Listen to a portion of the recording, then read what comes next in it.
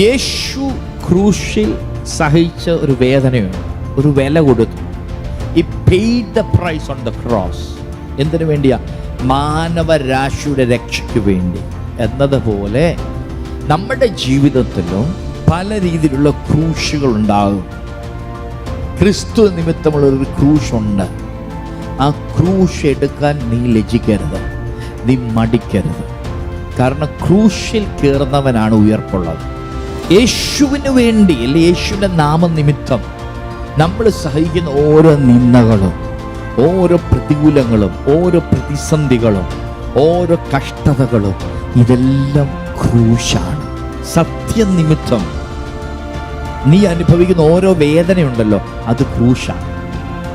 ഇന്ന് പകൽ പരിശുദ്ധാത്മാവ് പറയുകയാണ്, നീ എവിടൊക്കെ ക്രൂശ് ചുമന്നിട്ടുണ്ടോ അവിടൊക്കെ ദൈവത്തിന്റെ മഹത്വം വെളിപ്പെടാൻ പോവാ. നീ നിന്ദിക്കപ്പെട്ടിടത്ത്, പരിഹസിക്കപ്പെട്ടിടത്ത്, ഒറ്റപ്പെട്ടിടത്ത്, തകർന്നിടത്ത്, നിരാശപ്പെട്ടിടത്ത്, എല്ലാവരാലും ഉപേക്ഷിക്കപ്പെട്ടിടത്ത്, ഇന്ന് പകൽ സ്വർഗം പറയാ, നീ ദൈവപുത്രനാണെന്ന്, ദൈവപുത്രിയാണെന്ന്, ദൈവം കൂടെയുണ്ടെന്ന് ദൈവം തെളിയിക്കുന്ന സീസണാണിത്.